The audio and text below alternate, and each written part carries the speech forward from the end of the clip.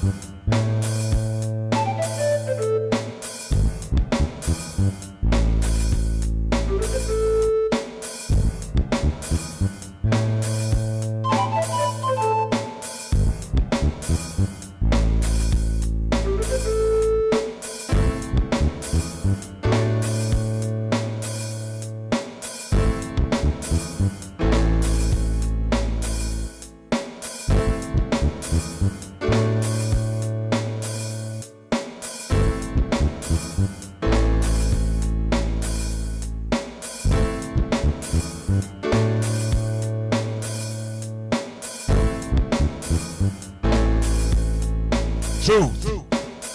spoken here with the host, Miss Renee Johnson.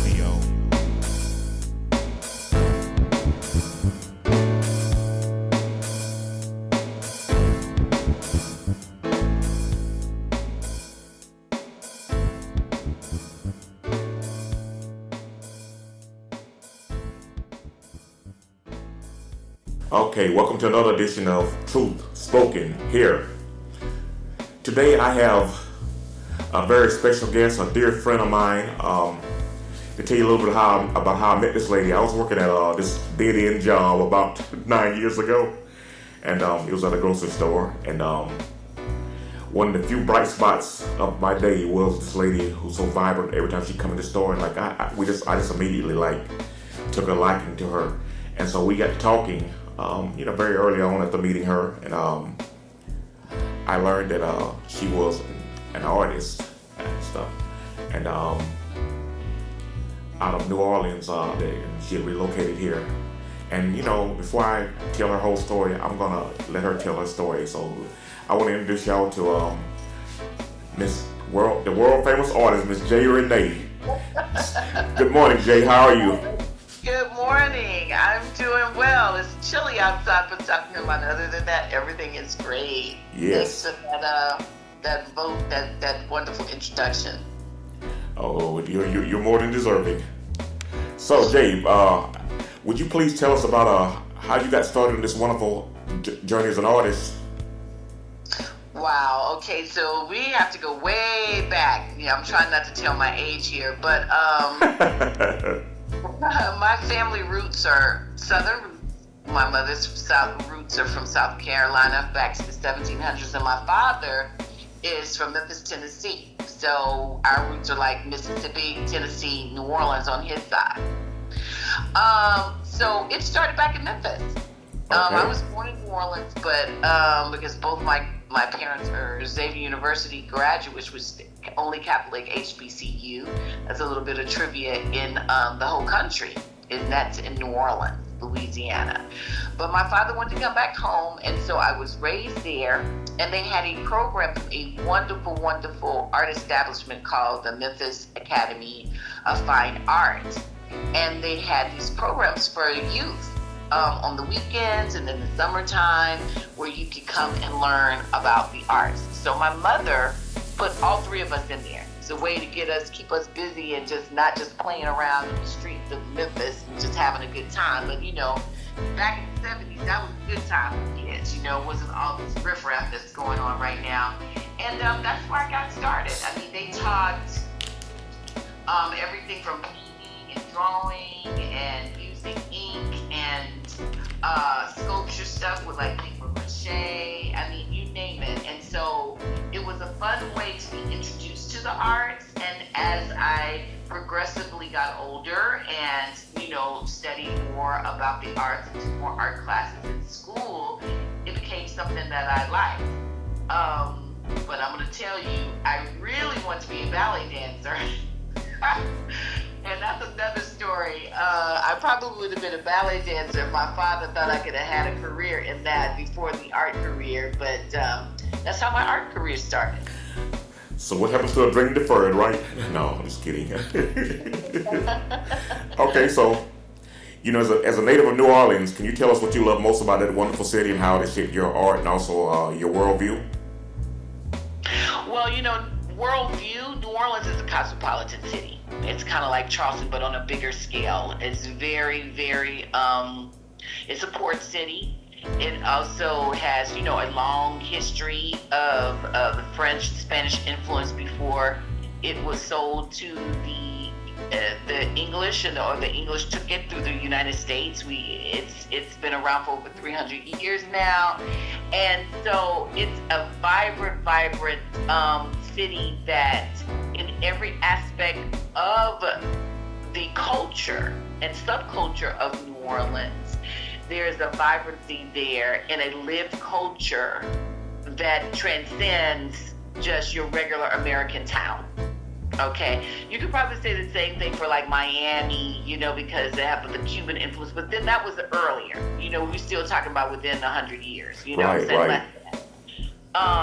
And this place, with the music, with the indigenous influence, we have Mardi Gras Indians, which were black people who paid respects to the Indians. It's a culture that's 100, at least 30 years old or so, and have their own music and tribal speaking language, and it's you just can't become an Indian, but it's also an arts and crafts, because they make their costume. It takes them a year to sew and bead. It's very intricate, very detailed.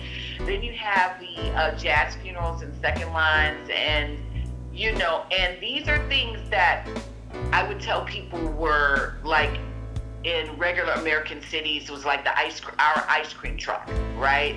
You sit there, you hear the ice cream truck music, and you run outside, you know, for ice cream. We run outside for a second line, you know, music, or jazz funerals, which were parades with jazz musicians and umbrellas, and people, reverend, and anybody can come, and they pass through the neighborhood, so you can watch pass, or you can participate. That's very traditional and very unique to that place only.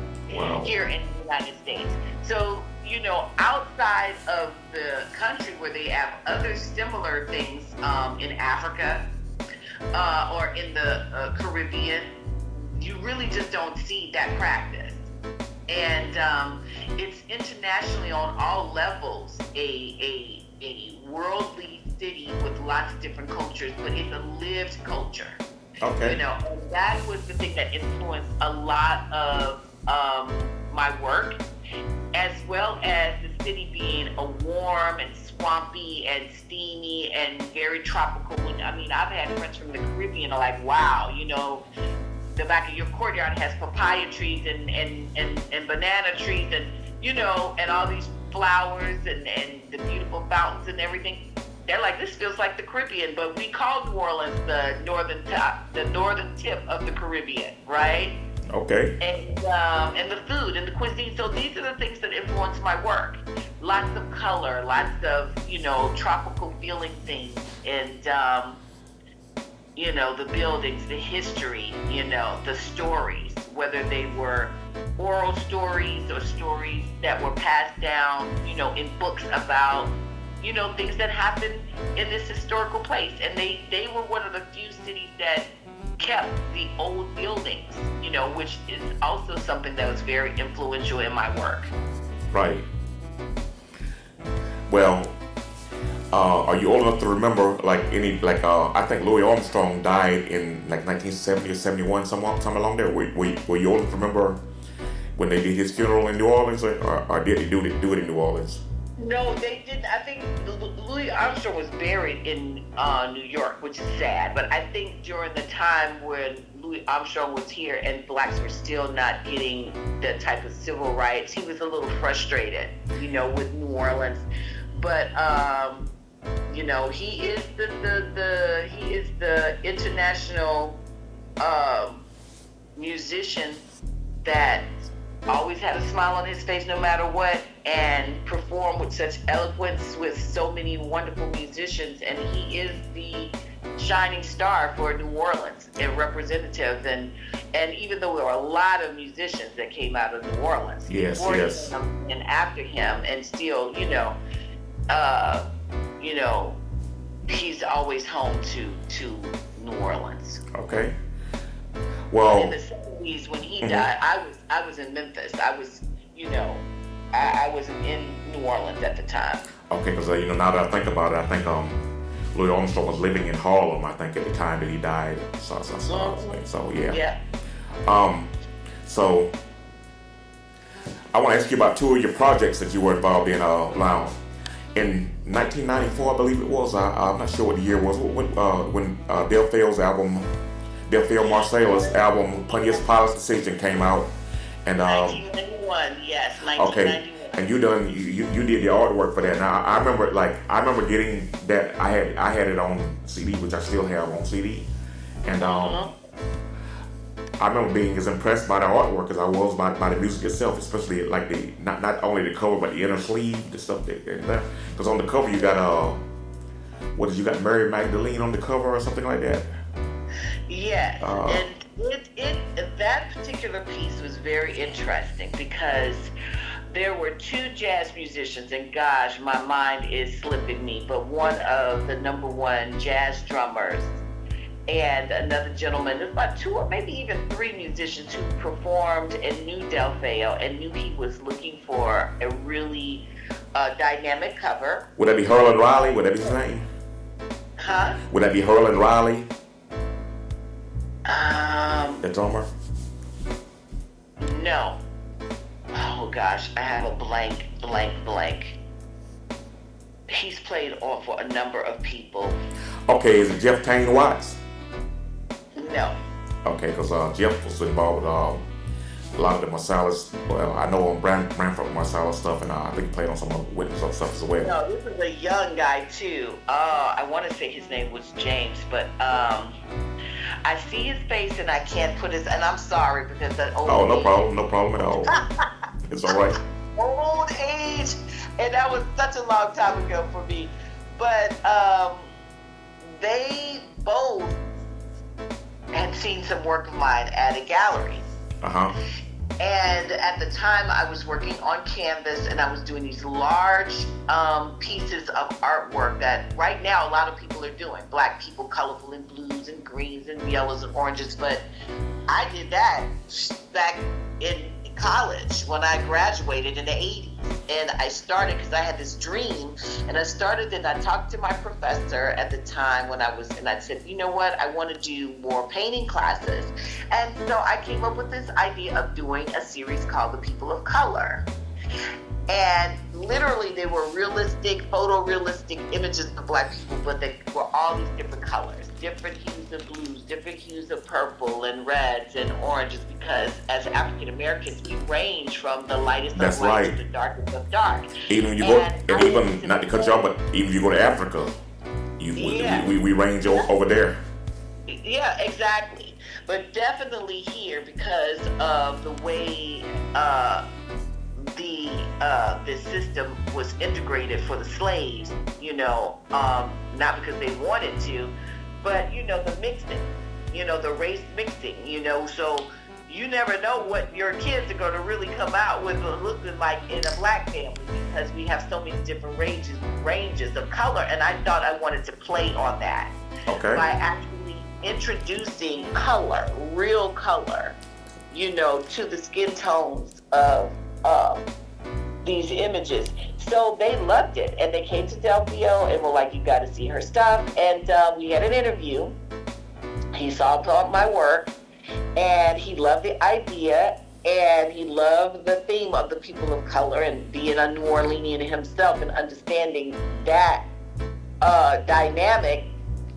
We worked on his album cover, and really all of the songs were characters. He titled the songs of his music as titles from the Bible. Yes, because it was a concept album. That may be something that maybe the casual listener might have missed. It was a concept album.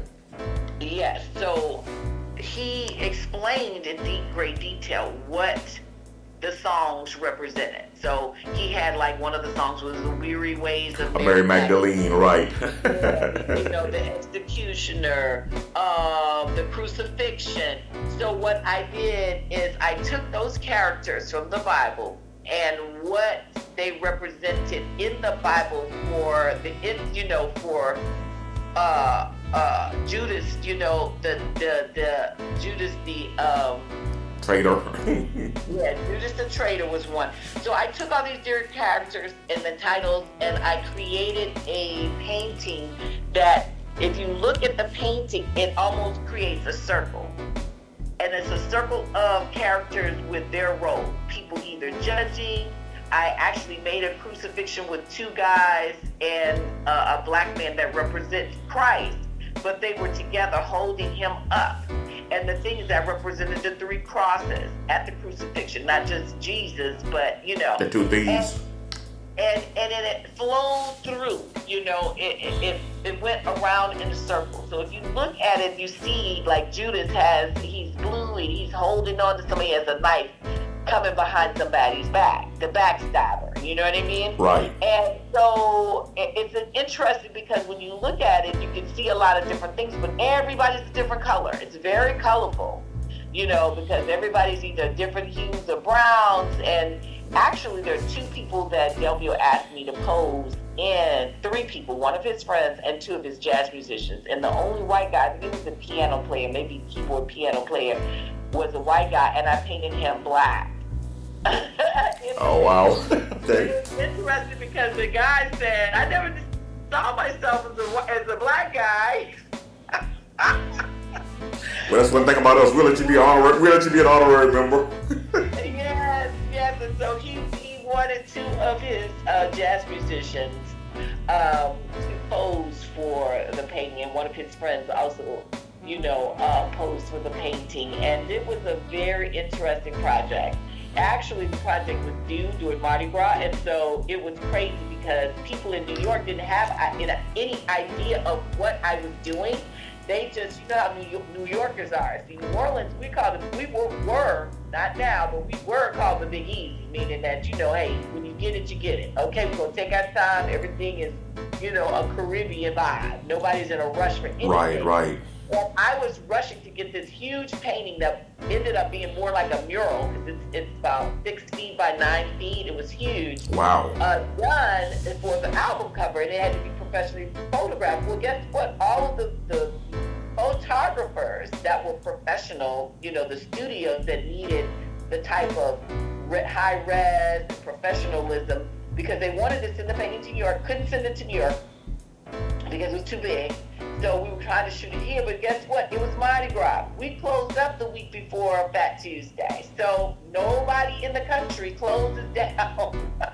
The school system, nobody's working. I mean, you know, for a carnival, a festival, you know, which is part of our tradition, except for New Orleans. So they had to delay actually getting it photographed, and I worked that Mardi Gras, all Mardi Gras, that wow. painting. I think I got pictures somewhere of me painting it in my studio and in my place, trying to get it done. And I had company visiting, and it was funny because they would go out drinking and partying and having good fun and going to parades and catching beads, and they'd come in and I'd be like, I'm awake painting on this painting, but we got it done. Cool. The other project I want to ask you about is, you know, your work was featured in the film Eve's Bayou. How did that come about? Well, this was interesting. I took a job, and actually I wasn't even sure I was going to get the job because I'd never worked on film before. But there was an interview. I got a call from a friend of mine who's in the film business, and they're like, hey, Lynn Whitfield, which is the actress who is the wife, one of the main characters in Eve's Bayou. She plays the mother of Eve in the movie, and her husband is Samuel L. Jackson in the movie. Right. And Lynn Whitfield at the time, you know, had done a few things. She'd done that big piece with Martin Lawrence. A Thin Line Between Love and Hate. Yeah, but she was known for the Josephine Baker story. Mm-hmm. I think she got her big kickoff start for her career. But anyway, long story short, she was looking for a personal assistant, a PA.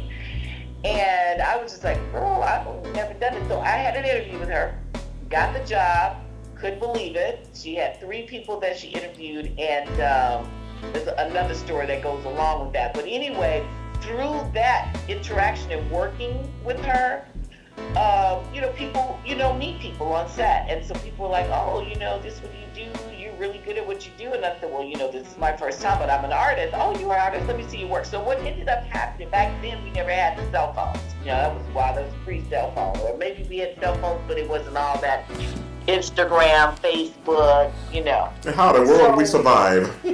Yeah, so how did we survive, right? So I had, a portfolio with my artwork, and I ended up giving it to someone on the set, and people were passing it around. I didn't know that at the time because I was working, but I gave it to one person, and I said, I'll get it back later. And then it fell in the hands of Samuel L. Jackson, which I didn't know it had until I went to something called the dailies. And that's when, after filming, they'll have a lot of the actors come and people working on set to watch what they filmed before they start editing and cutting things. And Samuel L. Jackson came up to me and was like, hey, and he's like, yeah, I saw your portfolio. And I just was like, yeah. And then he goes, why isn't any of your art in here? And I said, I got hired to work as a PA, and somebody, this person got my book. He said, yeah, I saw it, great stuff. And I said, well, this is a timepiece, and my stuff, especially with the People of Color series, was very contemporary. That wouldn't have worked at all in Eve's Bayou.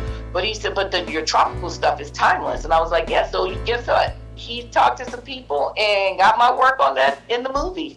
Great. That's how it happened. Okay. And got me in the credits. So that was a very, very, that was a blessing and also a sign that, the direction I needed to be taken in my career. Okay. Did you also take it as a sign that you had arrived?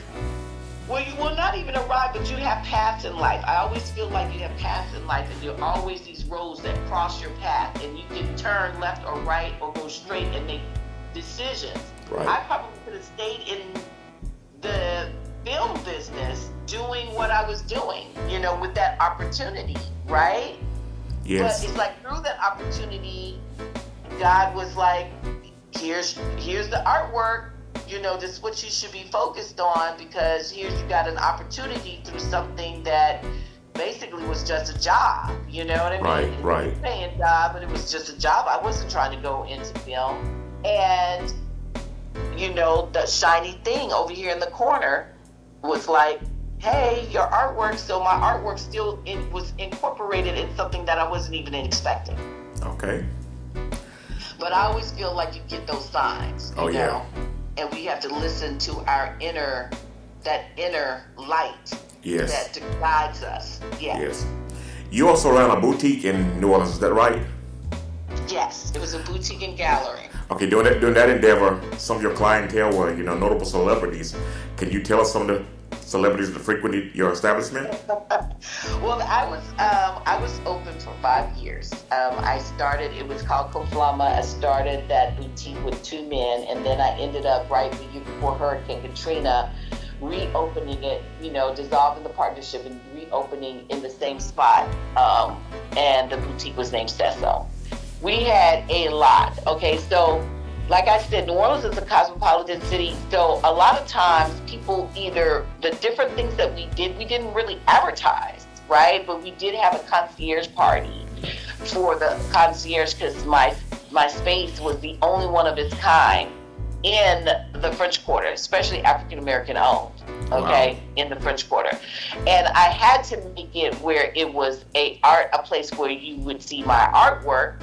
Okay, I did feature a couple of other people in there, but it was basically a place where people could see my artwork and purchase. Also, the furniture was available, and it was a men and women's boutique. So it was high fashion, but fashion forward stuff. And so a lot of the stuff is stuff that celebrities like. They like different things. And oh my God, we had a lot of people come through.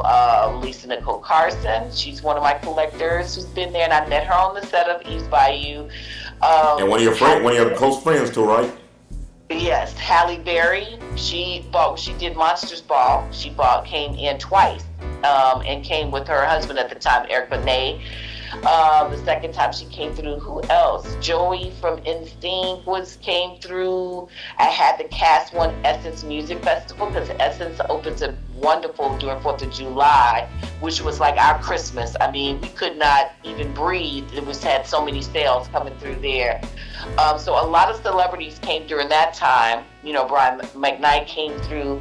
I mean, you name it. One of the people that we styled for her concert, she's now passed, may she rest in power, is the late, great Tina Marie. Loved her. Oh, wow. Wynton Marsalis has performed, purchased a piece of artwork in our store. And yeah, you name it. We had a lot of people come through there. Even Lenny Kravitz, he didn't buy anything really, but he came and supported the store and came through because he had a home there. But my boutique and gallery was right around the course from the House of Blues. Okay, cool. I mean, actually 2 weeks before the hurricane, we had the biggest party. I had this designer from Philly who was on this Newport News concert tour, and it was like John Legend, Common, and De La Soul. And they decided to stay. The producer of the concert, they had it at the House of Blues, and they decided as a group they didn't leave, because a lot of times, people perform, they get on the buses and fly whatever to the next concert date. Right. And they stayed an extra day, so she said she was going to invite some people from the concert and asked me to set up a show house, like a show, her jewelry, because she had all these jewelry and stuff. And I said, yeah, we'll do that. And she ended up asking 2 people from that concert who worked behind the scenes to come. And literally, I kept seeing people walking in the store because I had a DJ, I did a wine tasting, I got in touch with my local, followers and the people who were influencers, social influencers in New Orleans, and say, hey, I'm going to do a sale. I got this girl, it was a last minute thing, okay? And it was packed.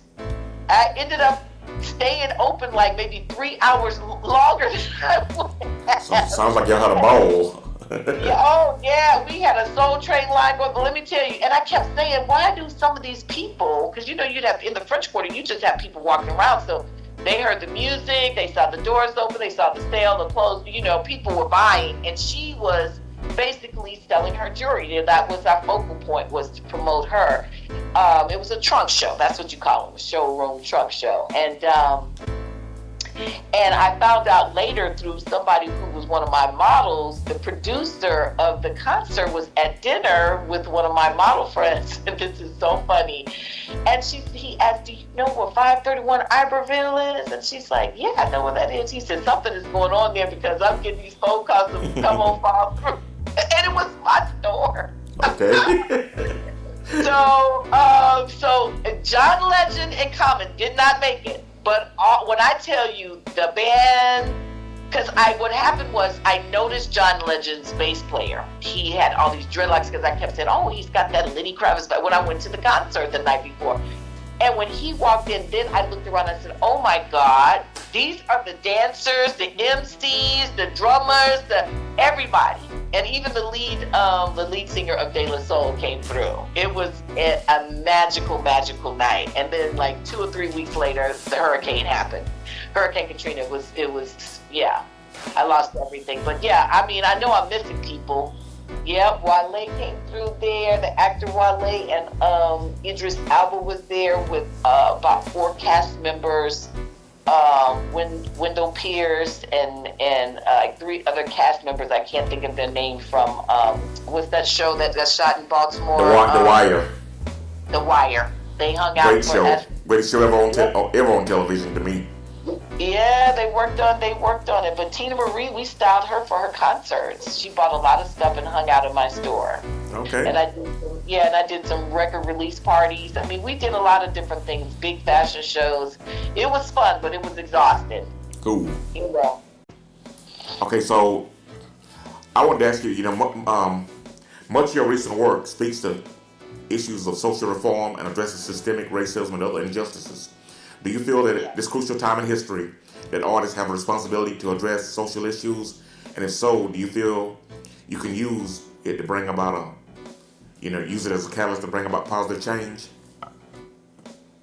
Yes, I think so. I think it's very crucial right now. When you have a country that's supposed to be the beacon of light for the world, and I think that even all over the world, you see artwork by artists that, are going through great turmoil, and their work that speaks truth to power. It's important. And and before, not to cut you off, but I think about I know you're familiar with the piece Guernica by, hit me out, what's the artist's name? That was Picasso, right? Guernica. I think that was done after, was that World War One or World War Two? It called attention to the atrocities of war. Yes. So yes, so And I think through every genre, not just painting, because you look at Billie Holiday and her song "Strange Fruit." yes, And when they put the film out, which I knew that, a lot of, even Eartha Kitt, who's from here, Josephine Baker, when there were political things and things happening to African Americans and people were marching and making a statement, they tried to use their position of power, which the little power they had in celebrity, to bring attention to those things, because they were like, well, we're just not an entertainer, right? We're not just here to show beauty, because the world isn't perfect. So if you're in a position to create something, whether it's music, whether it's dance, whether it's art, whether it's film, and it's a story that also can bring some enlightenment, I think it's part of you being chosen as an artist through God in every art form to create something that hits home. So there was a piece that I did, and I had no idea it was going to get all this recognition here in South Carolina. But it was a story that while I was doing work about my family history, because I'm one of the few people, probably African Americans, that can trace on my mother's side here in South Carolina back to the 1700s. Okay. Wow. And those oral stories and traditions rocked my world since I was young. So what I decided to do while I was here in South Carolina was to take those stories and enhance them with more interviews from my family to create a visual story of the oral history through paintings and installations, yada, yada, yada. So going back to what I was trying to say earlier is that my aunt sent me this story about this boy, and he's the youngest. It was an African-American boy in 1944, George Stinney. You guys may know the story. If not, you should look it up. Yes, very exciting. And he was the first, small for his size, 14, but he looked more like a 9-year-old, okay? He was I think he was 80 pounds or 90 pounds soaking wet. And he was accused of killing these two young white girls. And it was an innocence in the story, right? They were looking for flowers, and they ended up crossing what we would say the wrong side of the tracks, okay? To ask him and his little sister, who was even younger, where these particular flowers were. I think they were called maypops. They're like southern flowers that grow everywhere. And they ended up dead, found in a trench, their bicycles. And to me, just reading the story before, just no way he could have done it. I mean, it was like he was too small to two kids. Somebody would have ran, and somebody would have seen it. It had to be, and it wasn't even that near to where the boy lived. But when you read the story, he was executed. He's the youngest to ever be executed in America via electric chair. It was so inhumane. It was just the heart. It struck me so to my core, because I have a young son, and I thought about my son and the innocence of them in that time. And things were a lot simpler back then than they are now. For me, the whole phones and all this access to worldly stuff, there's some good, but there's a lot of poison in it. Things that we weren't allowed to see, talk about, you know what I mean? Or even realize, it's right here, 24-hour access. So the piece was done, and I redid a installation dedicated to him in that story. And it was called Rockabye Baby, and I had found this rocking chair. And I'd been wanting to do it, but when I found the rocking chair, this busted up rocking chair at a yard sale, I said, that's it. All of a sudden, the inspiration came. So I recreated this piece for a group exhibition that took place in Florence. And it was a mock electric chair, but it was an installation. It basically told the story of what happened to this young man, and it's part of my Why There No Black Angels series. And a lot of people didn't even know the story. So even with all the paintings, because I had 5 pieces in that show, and it was probably 20-some, people were drawn to it, and they wanted to know what it was, right? Right. And the family found out about it, and some of his first cousins who were like probably 80s, 90 years old, they all started coming because they put it on the news. And I had no idea. And they reached out to me. They were so happy and thankful that I was able to recreate something so powerful about this story, because, you know, a lot of people know about it. A lot of people don't know about it. And if we are not the gatekeepers of our history, then who's going to tell those stories? And that's true, because we're in a crucial time now where, you know, with the legislation going on, like Ron DeSantis, for example, oh my God. trying to erase critical race theory, because like the reason they're trying to erase that stuff is because when you examine that, there's a degree of accountability and also a degree of shame.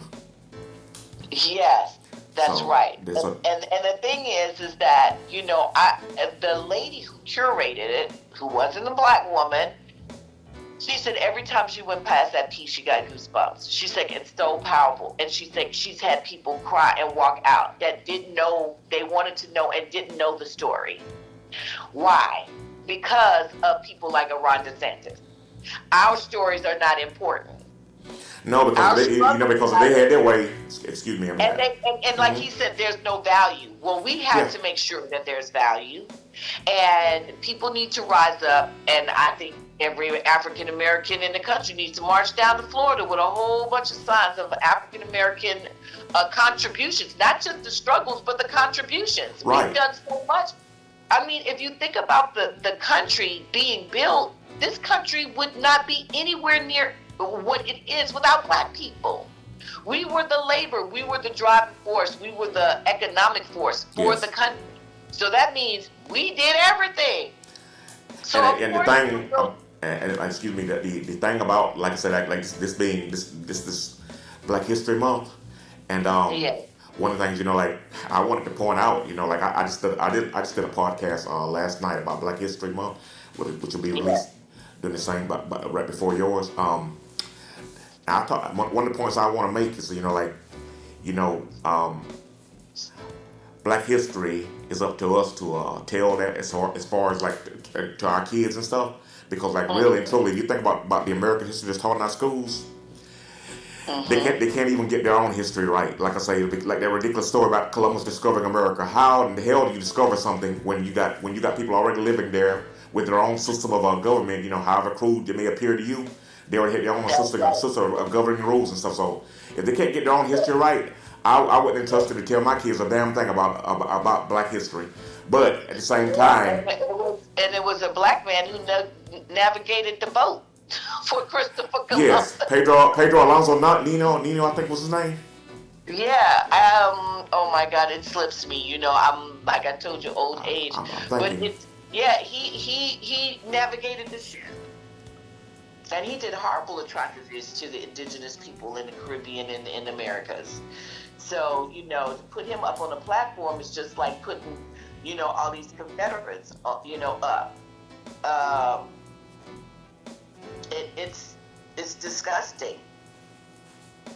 And there's so many of our stories that are powerful that, you know, our white brothers and sisters don't know about. And they've been hoodwinked and bamboozled. And it's so sad because, you know, I've seen people doing just history, like the cowboy. Like I have a friend, she rides. She's from Brazil. She loves to ride. You know, her husband, they have horses. And she was just like telling me, oh, I didn't know it was Black Cowboy, you know, because she met somebody who rides and they're black. And I'm like, blacks were the cowboys. Yes. She has no idea that the history of cowboys, they were black people. That the whole thing that you see on film is a farce. That the first cowboys were black. Like much of that stuff you see with the rodeo, that was black people. That's right. That was black ingenuity at work. But if you leave it to them, to some of them to tell the story, As far Yeah. as history, if they had their way, people like Ron DeSantis, the only thing they would say about our role in the shaping of America, the building of America, would be reduced to probably a couple of paragraphs, maybe. It would be, Yep. we came here and picked cotton. The only thing we were over here 40 years, didn't do a damn thing but pick cotton. Yes, and the thing is that's sad about that is that we did so much, and you can look like after, like during Reconstruction and even after Reconstruction, all of the black cities that and people in government and the inventors and the scientists and the doctors and the things that people were doing in the 1800s, the stuff that we were doing weren't being recognized. The things Right. that we created weren't being patented because white people had money for patents. So a lot of times they took ideas and created patterns, and they get, recognition for those Yes. things. Yes. And the thing is that when you've been told over and over again that this is the way it was, then you really think that this is the way it was. Yes. And the creation of the red light. I mean, even the car. People think Ford was the person. No, it's a guy named Patterson, a black man who created the first car. Mm-hmm. And Ford worked with him and got the idea to improve it. Right. Okay? So the thing that's sad is when you look at a place and you start a country saying that these people are not even 3/5 of a person, and Right. the problem, what has happened is that when we continue to have pride in ourselves and work hard through education and not education, just creating, doing, having businesses, we became a threat to their existence. And so I cannot think of the name of the daughters, that the women's group that basically had the Klan go through and destroy all of the black Wall Streets all over the country. You talking about Daughters of the American Revolution, perhaps? Yeah, that's it. That's them. They were like, what they wanted to put in their books, they wanted to forget about how the country was built and our contributions. They were like, well, do you want to be run by these black people? And it was propaganda that went out.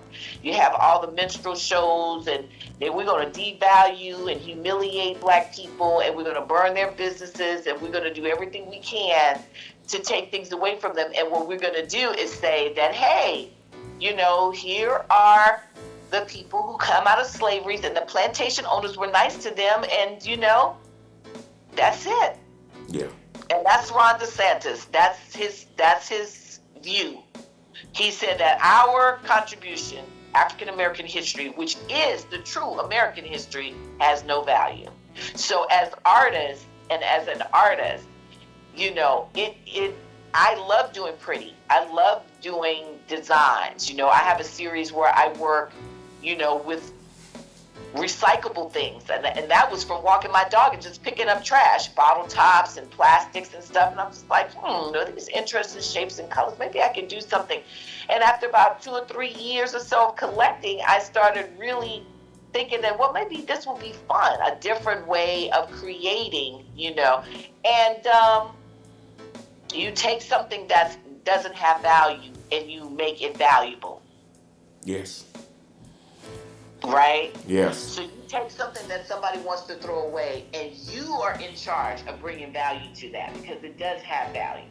Yes. You have to recreate that. So if you don't want to read it in a book, you're going to walk into an art gallery and maybe you see a whole bunch of artwork that tells our story, and it's a visual connection. Maybe you're a film person. Spike Lee is great with that. Look at that last piece he did, the KK... The Black Klansman. Black Klansman. Yeah. Amazing how he ties a real story to what's happening right now, what happened in Charlottesville. Wonderful story. That's how you capture. And if you're intrigued by the truth, you will seek the truth. That's the problem. That's the problem. This country has largely been built upon lies and deception. And he does not want to go there. Right. He doesn't see that, let me tell you something, Jews ain't gonna have nothing to do with you forgetting about their history. You're gonna learn about the Holocaust. What we had a Holocaust too, was called slavery. Right. There's a plantation. And also, don't forget about the Middle Passage. That was our Holocaust. Yeah. Oh yeah. All the way. 400 years. Yes. And the thing that's interesting about our history, there's a white gentleman. Okay. Cummings is his last name. He purchased and put $8 million into telling the stories. It's a plantation. If anybody's listening to this podcast, you get to go to Louisiana. It's on the River Road. It's called the Whitney. And it's completely dedicated to what happened to the slaves there. Their role, what they contributed, and their oppression. Because he said he was so, blinded by the beauty of the plantation and the big oak trees and the Spanish moss and the white columns and the antebellum stuff. And here it is, this beautiful flowers and gardens.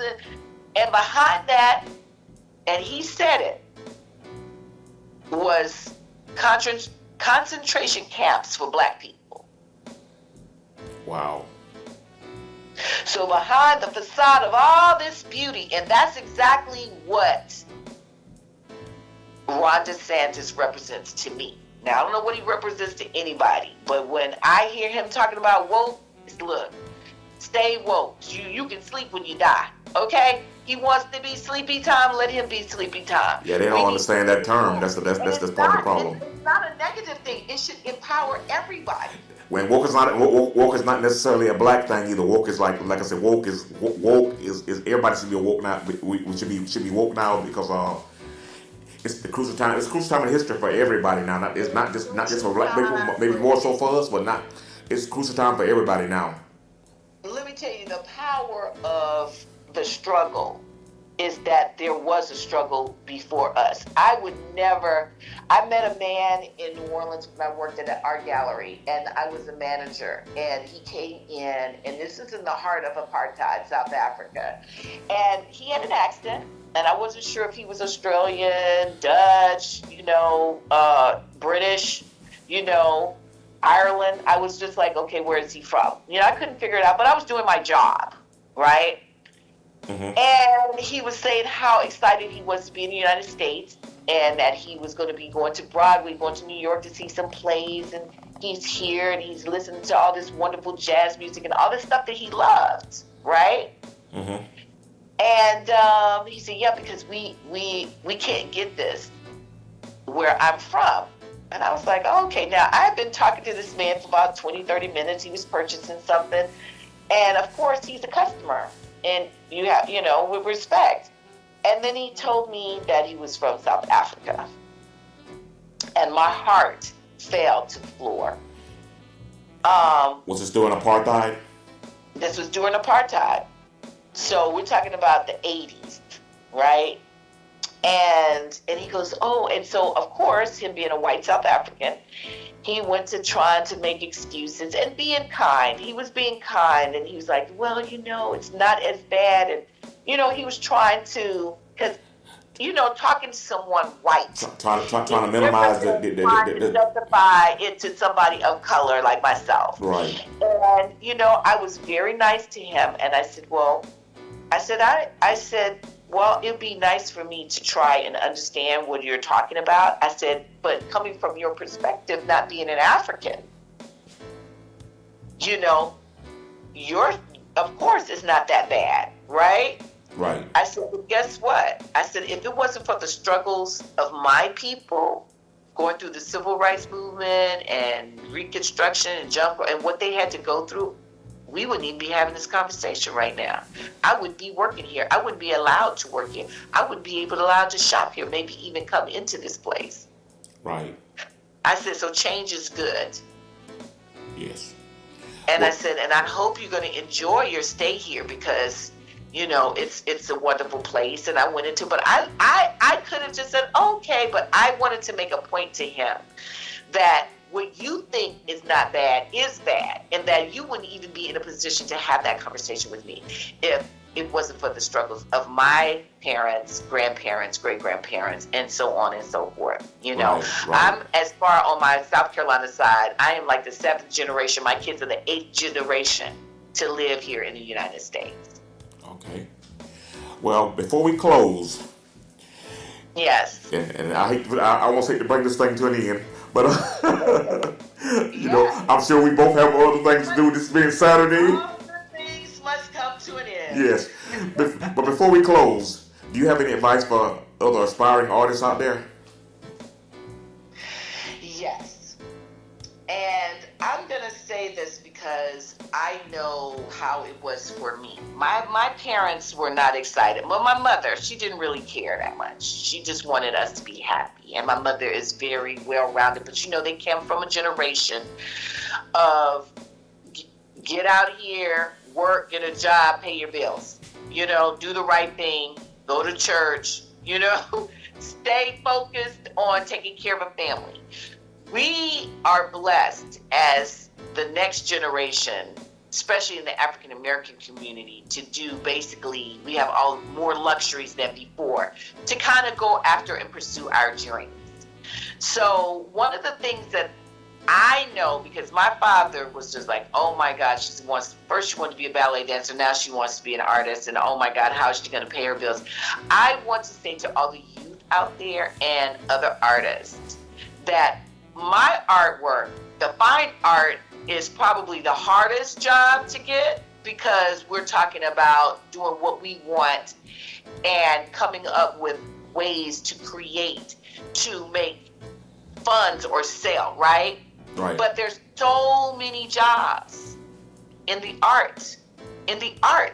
So I've told youth and parents of youth who like artwork, don't discourage them, support and make sure that they take the classes. They take extra classes. They found out, like myself, my mother she didn't know if we liked art or not. She just put us in an art class, you know, at an art academy where they had all these classes. It was a summer camp, you know, where it was an art summer camp. Find things of interest that completely mold your child into a complete human being. And if they go into the direction of art, there's so many careers in art that you can pass in art. So this is how I'm going to end it. And I think this is very important for anyone listening who have youth or people who are in arts. You don't have to be a fine artist. Everything we do, live, work in our lives has to do with art. The buildings that we walk into every day, including our house, had to be designed, drawn before it was created. They're called architectural designers and drawings and renderings. You have interior decorators who draw. You have fashion designers. Before they sew anything, they have to do designs. They have to recreate those designs through drawings. They have to make patterns through drawings. The tennis shoes that we love to wear, somebody had to draw those before you put them on your feet. Somebody had to create them. You know, now we're doing everything with computers, so there's even drawing on computers. You don't even have to have a pencil and pen anymore. You have illustrators, cartoons, the things we love to see. Those are all drawn before they create those things. Okay, it's called concepts. Even on film, I was in a commercial once and they had this storyboard, and it was all these drawings of the main scenes that they want to happen before they started working on the film. It's called a storyboard. So even the cars we drive, you know, you just don't have some metal to throw together. People have to draw and engineer and create those wheels, those spinners, all that stuff we like.